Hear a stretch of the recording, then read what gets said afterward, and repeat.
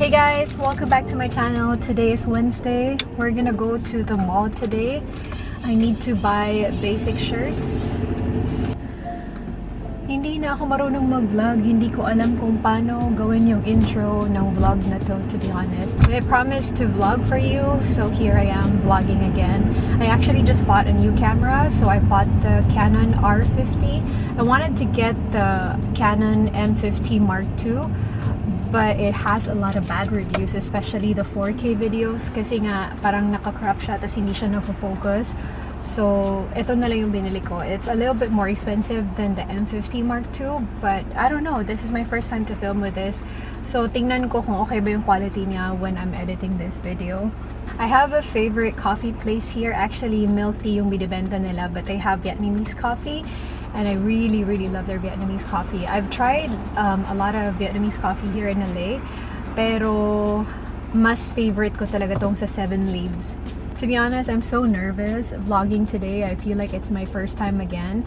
Alam ko ilang years na din ako nag-vlog pero hindi naman consistent yung vlogging ko. Pero kahit hindi siya consistent, mas okay yung before. But now, like, damn! How do I vlog? Every time nagpupunta ako dito sa 7 Leaves, medyo mahaba yung linya. But today, walang linya. Ako lang mag-isa. So, I cut my hair, by the way. Kasi baka nakikita nyo sa Instagram stories ko na sobrang haba ng buhok ko. But I cut it already kasi sobrang haba na niya. Ang hirap pumasok dito sa 7 Leaves kasi sobrang liit na. Hi! Can I get one regular Vietnamese coffee? Nagpunta ako sa stylist ko nung Friday.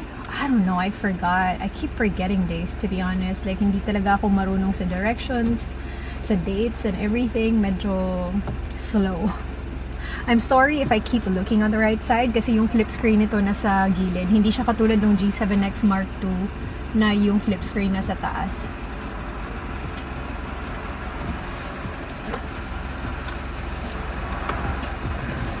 Hi, just the regular Vietnamese coffee? Yes. Do you have our mobile app as well? I don't have. It'll be $5.25. Thank you. Here. Thank you. Thank you so much.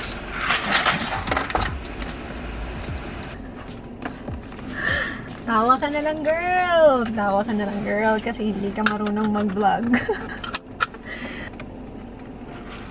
Wait lang, magsa-stop muna tayo. Hindi ko man lang ginugol kung saan ako pupunta. See? I can't vlog. I can't drive and vlog. Wait lang. Wait lang, hindi pa gising yung utak ko. Anong pangalan? Anong pangalan ng mall na yun? Wait.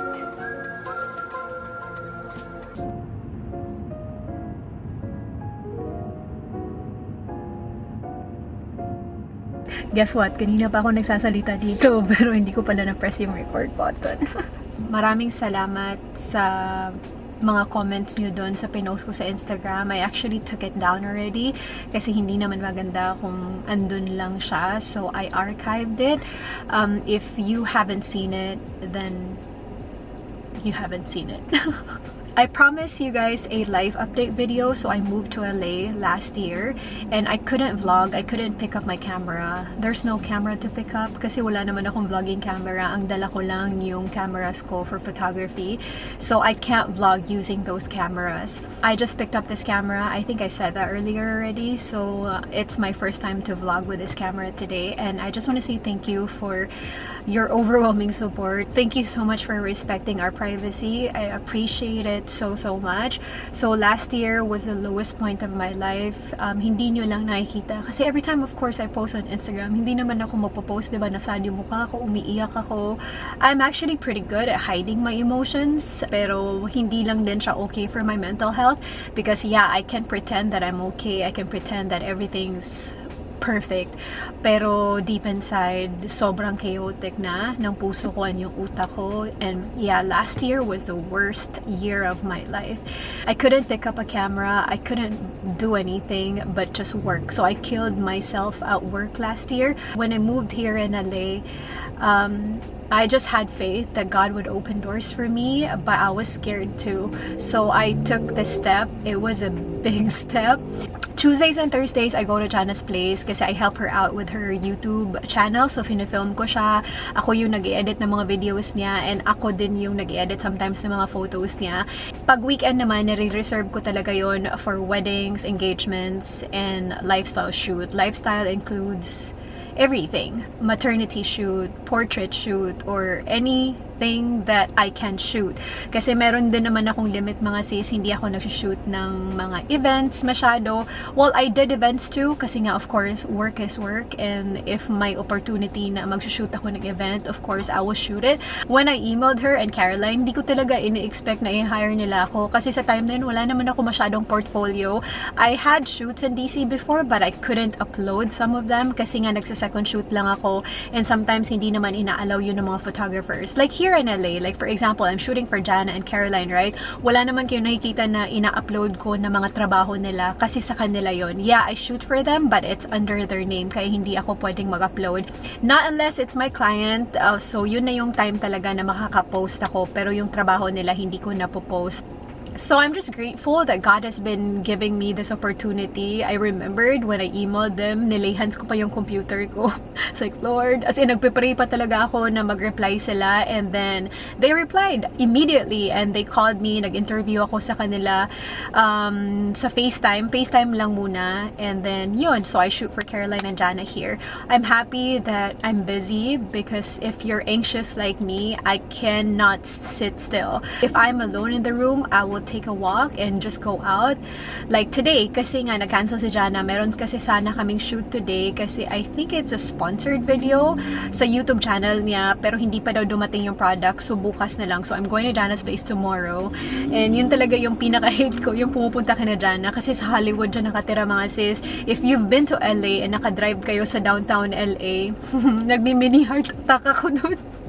Mini heart attacks because nami-miss ko yung exit. Every time I miss an exit, doon ako nagha-heart attack. Pero grabe kasi yung mga drivers talaga doon, promise. I mean, dito sa area like Pasadena, Glendale, yung mga ganito, busy pa rin siya, but iba talaga sa downtown LA. Kaya ako nag-heart attack every time nagpupunta ako doon. But I'm gonna vlog tomorrow para din ma-meet niyo si Jana. Ang ganda ng apartment niya. Ang ganda talaga. I could only wish. I brought my jacket with me kasi medyo malamig pa sa labas. Tinitingnan na ako mga tao sa labas. Aray. Sabi nila, anong ginagawa ng babae yan? Di joke lang. Anong nangyari? Oh, shoot. Hindi ko pala in-unzip to. I know majority of my subscribers are here because of my makeup videos. Like, lahat pa beauty. Hindi naman yung vlogs ko kasi nga, I don't know how to vlog. But to those of you who still wants to see random vlogs, then let me know in the comment section below. So mag-suggest naman kayo dyan mga sis ko ano yung i-vlog ko. Ang cute ng friendship nila. I love it.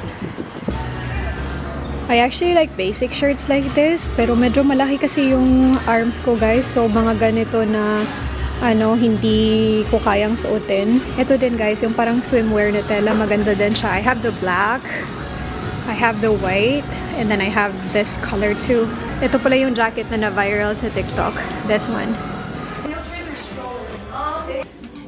Let's try on this mom fit jeans. Wala akong ganitong color. Actually, meron. Pero yung tattered, I don't know. Meron ako nakita na parang stove pipe jeans sa TikTok. Maganda siya, but they don't have it here in store. Ito lang. They have a lot of plain shirts here. Yan. I think I'm getting a gray one. Ito yung round mini shoulder bag ng Uniqlo, guys. Meron na silang iba-ibang prints dito. If you want fun prints, they already have it. Yan. But if you want basic stuff, they have black, and I actually really like this color. Yan. Cute. And they have green too. I want to try out this romper.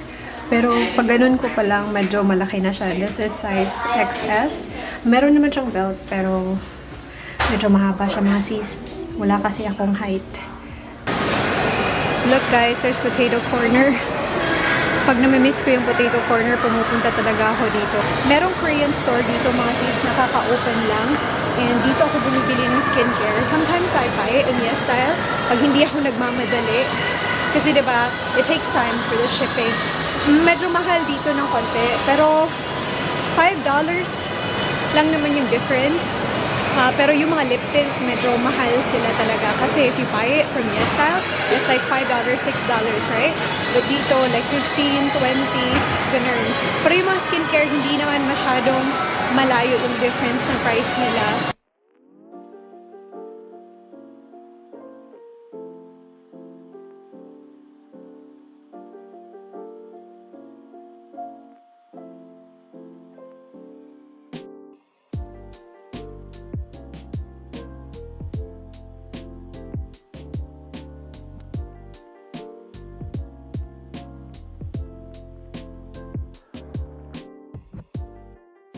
Ito lang yung binili ko. Akala ko kasi meron silang ibang colors na magugustuhan ko. Yung mga beige, taupe, or anything neutral. I love neutral colors. Kasi you could pair it with anything. Like bags, shoes, and like it's just basic. And yun talaga yung mga colors na gusto ko. But I bought this white top. Sale to. Kasi dati $29.90. I got it for $14 na lang yata. So it's just a simple top na merong ganito. And then, of course, the gray shirt. Wala akong plain na gray shirt. Meron akong madaming colors na plain shirts like ganito. But I bought them from Zara. I was not able to vlog at the Korean store. Nagtanong ako and then bawal daw mag-vlog. Dalawa lang yung binili ko. I got curious about this lip tint. Yeah, Ink Mood Glowy Tint and from Peri Pera. Mas mura siya sa YesStyle. I think $6 plus lang to. Pero dito $12. So parang times 2 din yung presyo. Pero ito lang yung color na binili ko. I don't really wear pink. But if you want the ombre effect in your lip, like lighter color, and then sa gitna yung pink para magmukhang fresh. So ito siya. Sinabi ko ba yung color nito? It's called 05 Cherry So What? I'm gonna try it on. Para lang sumipsip ng dugo. Just kidding. Ito din, gusto ko siyang itry. Yung Beauty of Joseon na facial wash. I love Beauty of Joseon products. I have the sunscreen. That's what I always wear, like every day. I have the glowy serum and I have the red ginseng serum. Maganda siya, in fairness, for my dry skin. And ganito lang siya mga sis. Hello! Ganito talaga nangyayari mga sis pag matagal ka nang hindi nag-vlog kasi marami akong nakakalimutan. Ito gusto kong sabihin sa inyo kasi it's one of like a victory for me that I was able to buy a car here because last year I was struggling a lot, like Ubering everywhere, and especially when I'm shooting, mahirap guys kasi madami akong dala, like mabigat yung mga dala ko and mag-Uber ako, tas hindi yung parang mas easier kasi kung may trunk ka, tas papunta sa shoot, tas ilagay mo dito, tas uwi ka, yung ganon.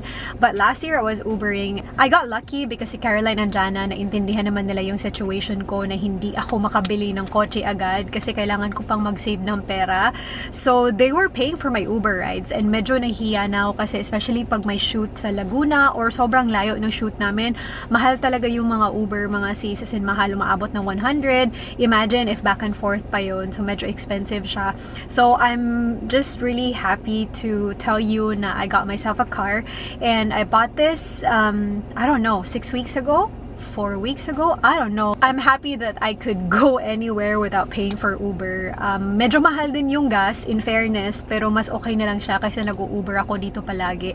And mas safe din siya for me, guys, kasi babae ako, and especially pag gabi na ako makauwi from Jana's, like, madami na akong kinancel na Uber. Pag makita ko na, ba't konti lang yung rides niya, tas bago pa siya, parang napaparanoid ako, so kinakancel ko talaga.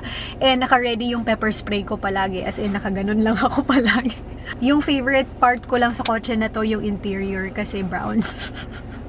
And I like the pattern here too. So yun lang, gustong-gusto ko kasi like super simple and brown. Brown. Thank you guys so much for watching today's vlog. I'll try to vlog this weekend kasi pupunta kami ng mga thrift stores. Yung friend ko ni si Ashley, you'll meet her this Saturday. And thank you guys. I love you all so much and I'll see you in my next vlog. Bye-bye.